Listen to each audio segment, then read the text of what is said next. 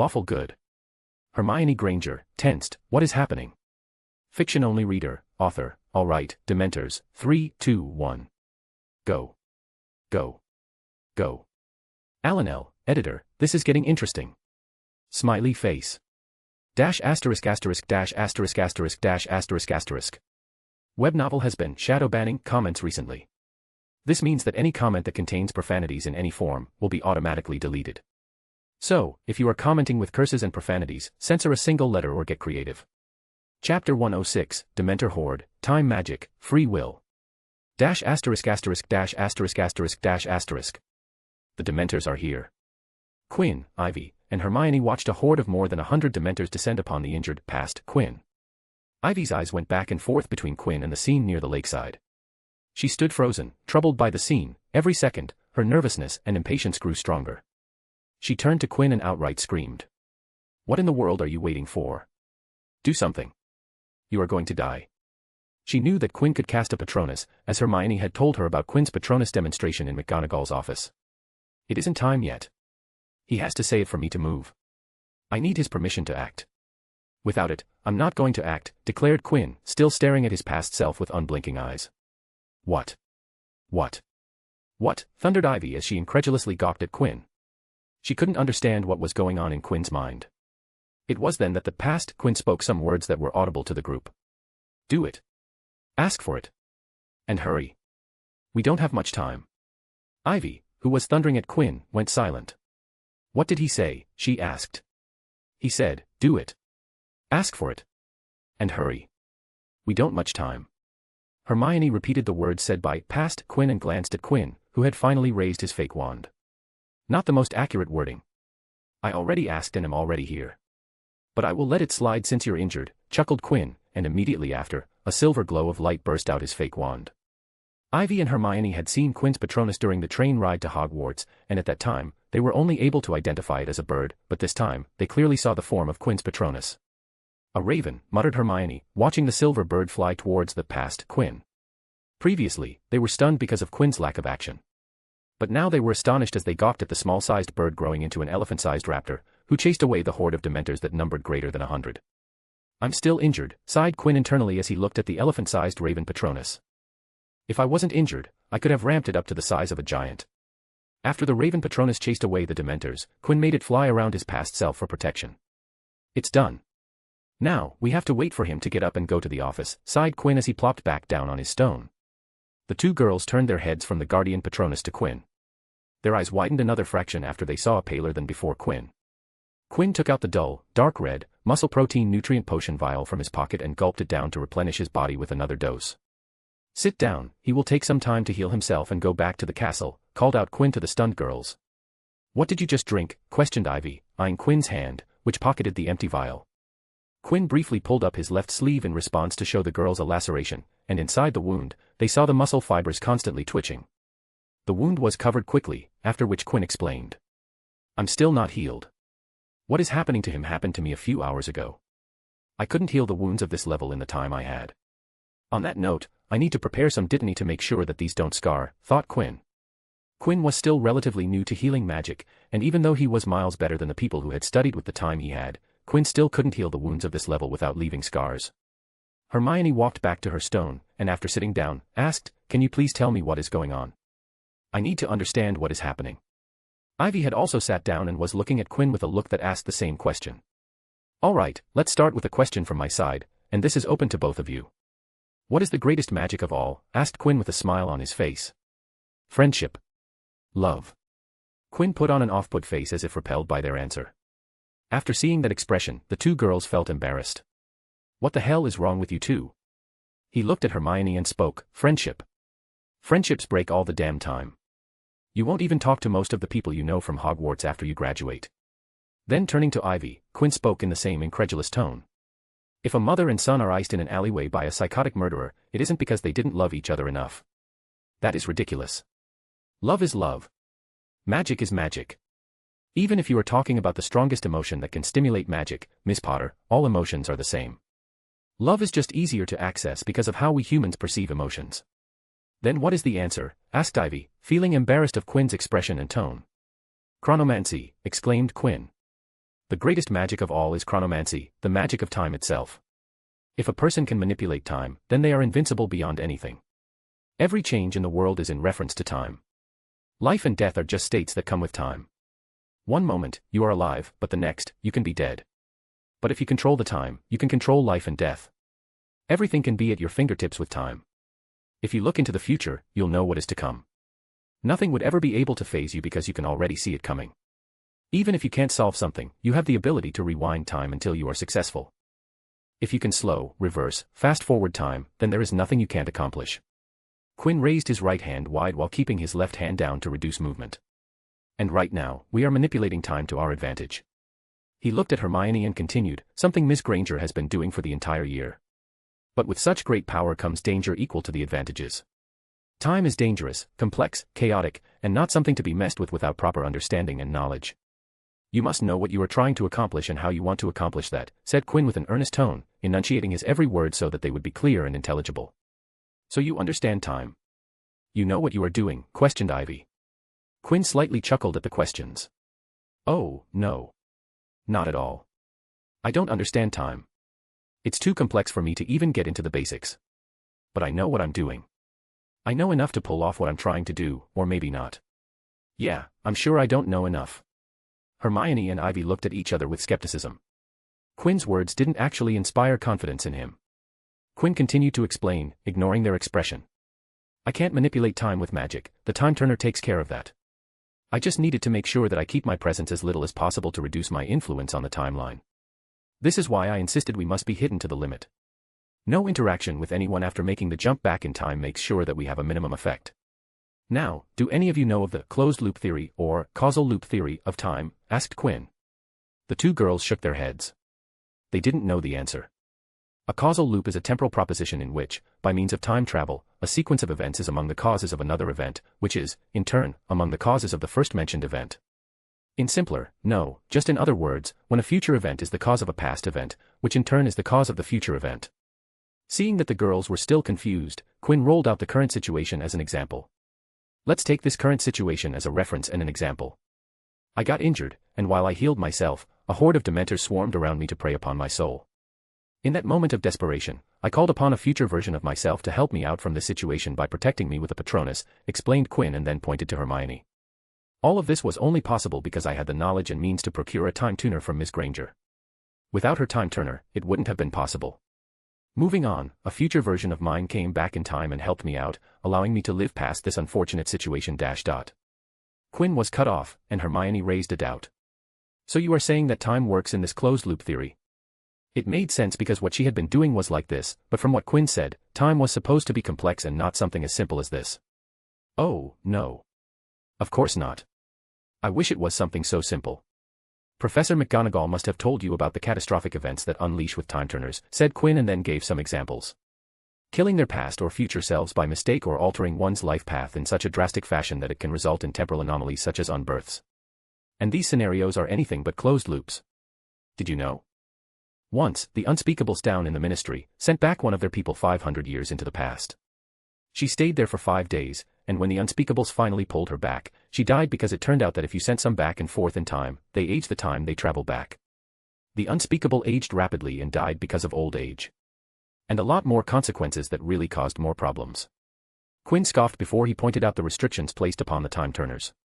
The 5-hour restrictions might be due to safety reasons, but believe me when I say this, we can do substantial damage to the timeline in mere 5 hours.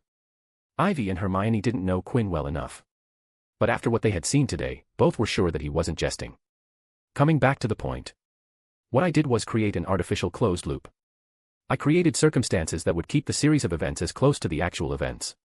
By doing this, I would reach the same place where my future self did when saving me. This time Ivy had a question, and from the tone, the subject irked her.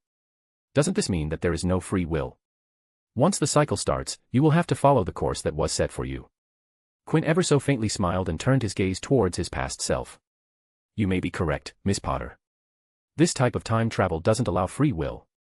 Once started, every Quinn West will have to follow the path of events that was set for them. He turned back to Ivy and asked. But I did have free will in this case. The events that you saw are exactly the same as I encountered. Look back to the events and think about when my free will came into play. Both the girls went into retrospection about the recent events.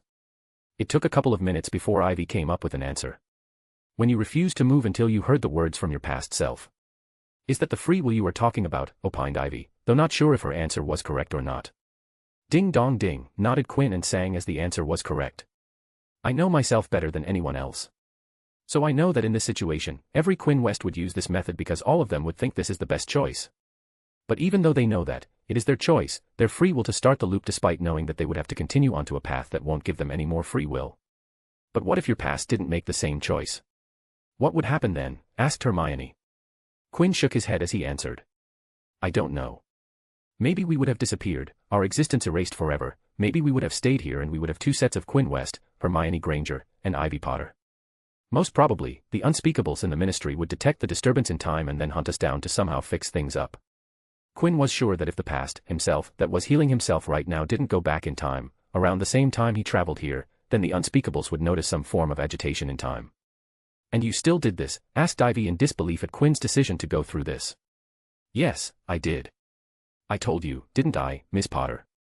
You need to know what and how you are doing things, and if you know those things, the results will turn out how you want them to be. Every step I took was to ensure that things went smoothly, declared Quinn with confidence and certainty about his preparation. And the fact that it worked for my future self, who helped me out, shows that it is possible for me. But your past self still hasn't gone back to the past. What if he decides not to go back?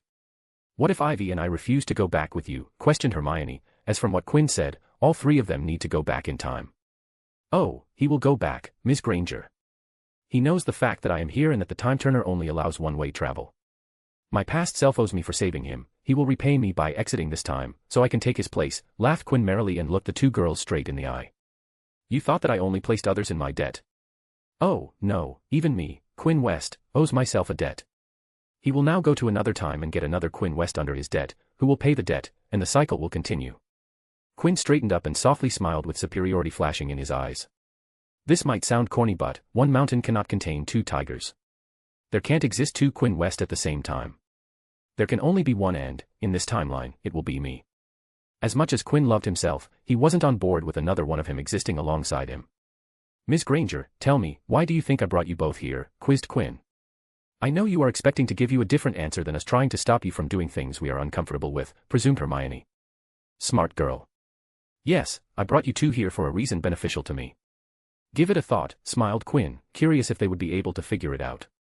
While Hermione and Ivy thought of the answer, Quinn thought something inside his mind. Why am I giving them all these questions? I should just tell them the answers.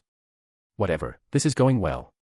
Quinn knew he let people ask questions to control the flow of information.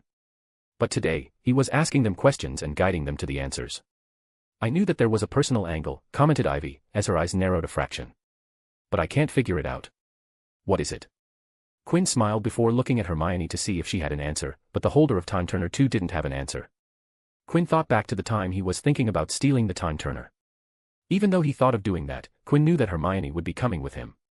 Ivy coming with them was decided the moment she decided to step into the office. He wasn't going to let them stay with the knowledge of what he was doing. All right then, I will tell you. The reason I proposed the idea of you two coming along with me was that I wanted to turn you two into accomplices, revealed Quinn. He wanted them to know what position they were currently in. I was determined to get the Time Turner from you, Miss Granger. And when you decided to allow the use of a ministry-restricted artifact, given to you for education purposes, for something not even closely related to education made you an accessory to a crime. But when you made the decision to accompany me, your status jumped to an accomplice. Hermione's eyes widened because she knew that allowing Quinn to use the Time Turner could get in her trouble. Hearing that her original reasoning of making sure Quinn didn't do damage had turned against her. Quinn turned to Ivy and told the redhead about her contribution.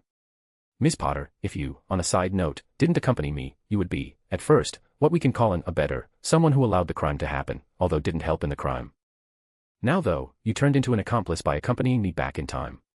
While Hermione's jump was from an accessory to an accomplice, Ivy's jump was wider, as she turned from an abettor to an accomplice.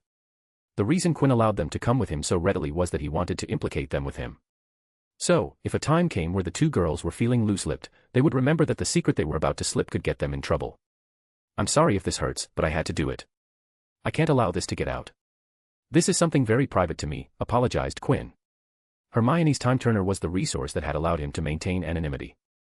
If it wasn't an option, Quinn could potentially have to reveal the existence of the third vault. You were a great help, so I do feel sorry for chaining you down like this. But just as I promised at the office, this doesn't affect anyone other than me. Miss Potter made sure that no one saw us inside the castle, and our location made sure that no one saw this event. We can forget about this, and it won't matter, muttered Ivy, staring at Quinn, who nodded. Yes, I'm not planning to tell this to anyone, and if you don't, it will remain a secret between us three. The three fell into silence, with none of them wanting to speak. The two girls contemplated the events that had transpired while Quinn observed them. After some time, Quinn noticed that his past self got up. He silently cast a minor mental illusion on the two girls, so they wouldn't see him getting up from the ground and clothe himself with conjured clothes without a wand. When his past self was done, Quinn lifted the mental illusion and alerted the girls. He's done. Ivy and Hermione turned their heads to see the clothed past Quinn limping towards the castle. What's next? Asked Hermione. We wait for Luna to enter the office.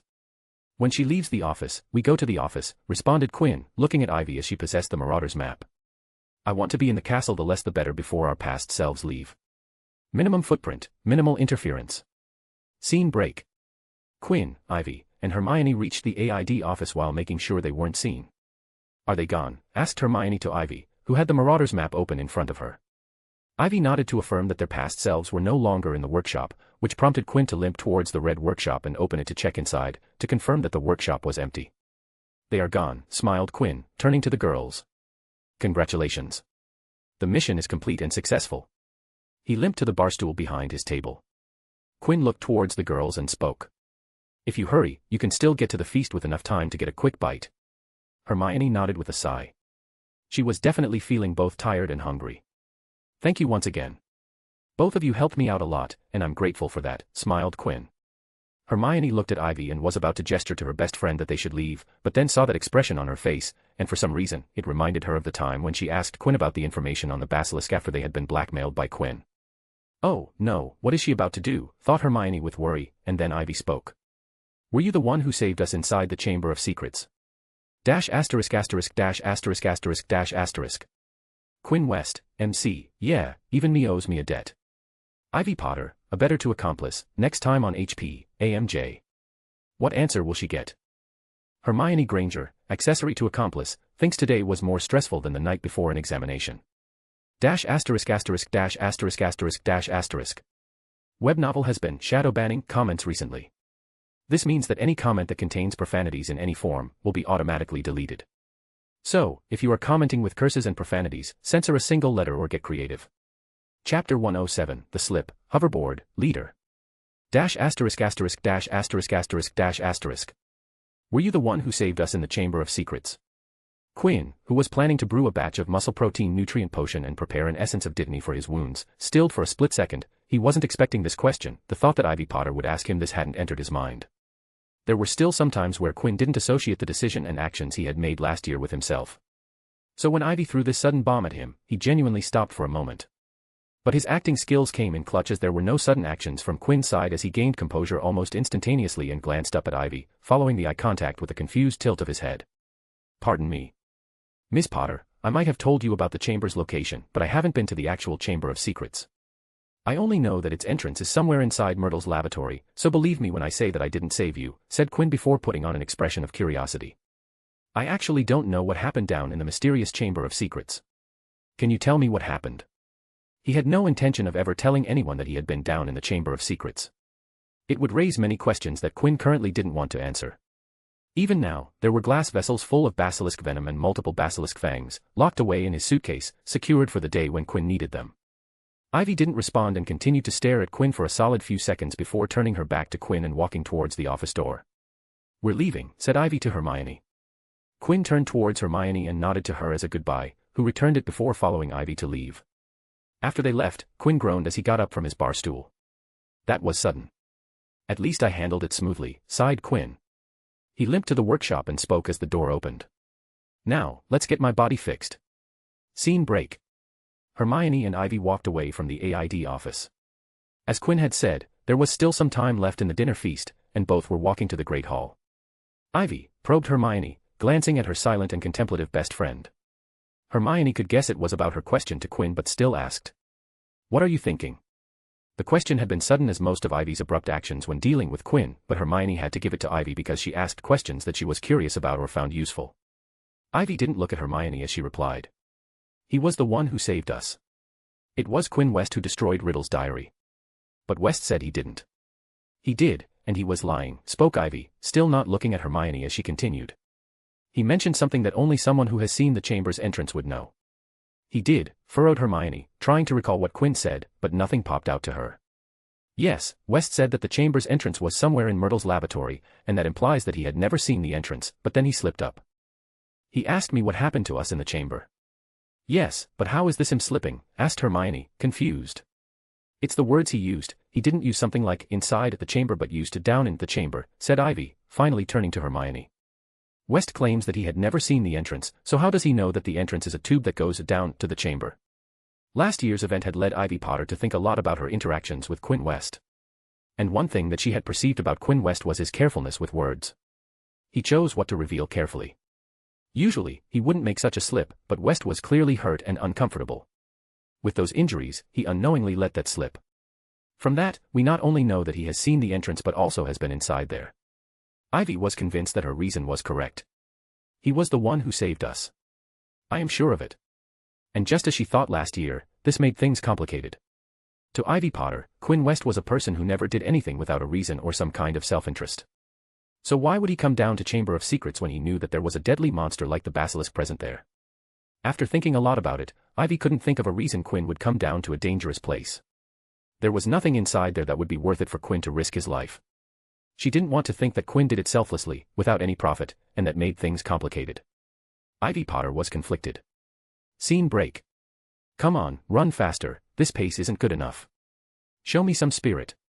You want to play as soon as possible, right? Said Quinn as he moved behind a slightly panting and sweating Eddie. What are you doing? Why are you pushing me today? Asked Eddie as he huffed and puffed. Eddie had attended the Ravenclaw Quidditch team tryouts for the chaser position. With his daily workouts with Quinn, mixed with his own flying sessions, Eddie passed the tryouts with flying colors and was by far the best chaser applicant from the lot that tried out. It turned out that Eddie was like a game character who completed all the side quests before attempting the main boss because the result from 3 months of persistent workouts, broom training, and the daily grind had allowed Eddie to breeze through anything that was put in front of him.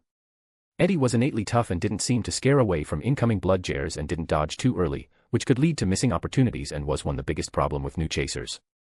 During the tryouts, Eddie's bludger dodges were so close yet so smooth that the people watching were in awe while sweating at the sheer fearlessness that he displayed. It had prompted Quinn to yell out, "Mad lad," a ton of times from the stands. But that wasn't even the crazy part about Eddie's tryouts. It was his quaffle throwing skills that had everybody in shock. It turned out that Eddie had a way with the quaffle. He was able to swing the quaffle in every possible direction. Eddie was so damn good that none of the Ravenclaw Keeper applicants couldn't block a single throw from Eddie. And it didn't get any better when the official Ravenclaw Keeper switched in to test him. Eddie, the quafflebender, successfully scored every single time he threw the ball. In fact, Eddie's performance was so good that he was already better than the 3 starting chasers. And the only reason he wasn't on the team was that the chaser position required teamwork. Unlike Seeker and Keeper, chasers and beaters had to work together to keep the quaffle and blood jars moving. Eddie needed to be inducted into the chaser system to function on the team. The team was already planning to make Eddie the primary scorer because of his quaffle throwing skills. Eddie thought that now that he had joined the team, he could relax a little, but it seemed Quinn had different plans. You pass the tryouts, but if you want to be the best chaser, you need to be able to handle the beating from other chasers, who will try to fly into you to knock the quaffle out of your grasp. You need stamina and strength to withstand those blows, so we are upping your training, replied Quinn while still following behind Eddie. Don't think now that you have made the team, you can relax. Nope, to attract the ladies, you need to shine, and I am going to make you shine on that field. Edo turned his head back towards Quinn and looked down at Quinn's feet. And what the hell is that? Quinn was following behind Eddie, but he wasn't running like Eddie was. Beneath Quinn's feet was a dark blue skateboard deck-shaped structure with bronze streaks, but without the other components like the truck and the wheels. And Quinn was standing on a wheelless skateboard that hovered off the ground and gilded behind Eddie as he ran. Oh, this is a hoverboard, smiled Quinn, leaning forward that made his speed increase and overtook Eddie. He rotated after he got past Eddie and faced him while moving and was now moving along the board's breadth instead of the length. It uses similar charms employed to make brooms, though I have made changes to them. This baby isn't as fast as a broom and can only hover a few feet above the ground, but it has much better control with a silky smooth ride. And if you can hold onto it, you can scale any surface as it can grip onto surfaces while hovering over them. It is pretty easy to control it by shifting your weight to change speeds and brake. Eddie looked at the hoverboard painted in Ravenclaw colors with fascination and wonder. Holy shit, this is amazing. Are you planning to sell these? I want to buy one, asked Eddie as he continued to run. You can have one, smiled Quinn before saying. But, I am not going to sell these. Eddie looked up at Quinn's face and spoke in surprise. But why? This will probably sell more than brooms. I think parents would buy these instead of toy brooms. You have to sell these. Don't you think I thought of that? I already know if I sell these, they will fly off the shelves. But I can't sell them, sighed Quinn before revealing his reasoning. If they go out, people will stop walking. And that is how people get fat. He looked at his feet and declared. This invention of mine is too dangerous for the magical kind. I'm doing this for the sake of the world. Brooms were big and long, so people didn't use them in their daily lives. But Quinn's hoverboards were small and compact. If he sold them, Quinn was sure that obesity would increase among the magical kind. People would stop walking and literally stand on his invention to get places. Also, this looks almost exactly the same as the non-magical skateboard. I'm sure that most of the governments would ban it because if people bought these, one of them could easily get into the hands of a non-magical person.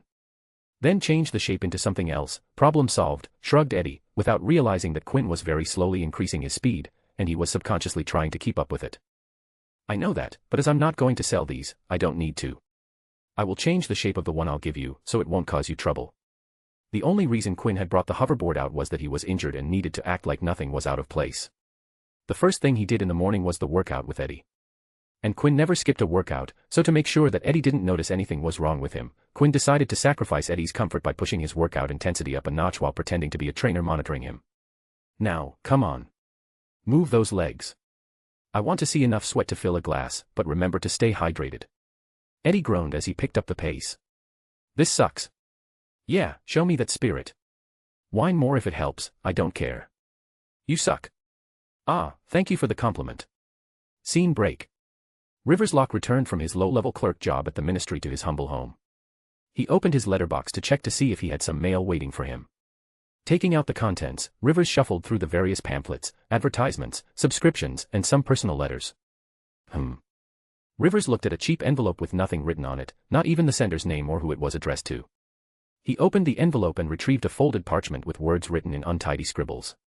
As Rivers read the parchment and his eyes widened in shock. He immediately folded the parchment, looked around the street, and hurriedly entered his home. Inside his home, Rivers sat down on his dining table.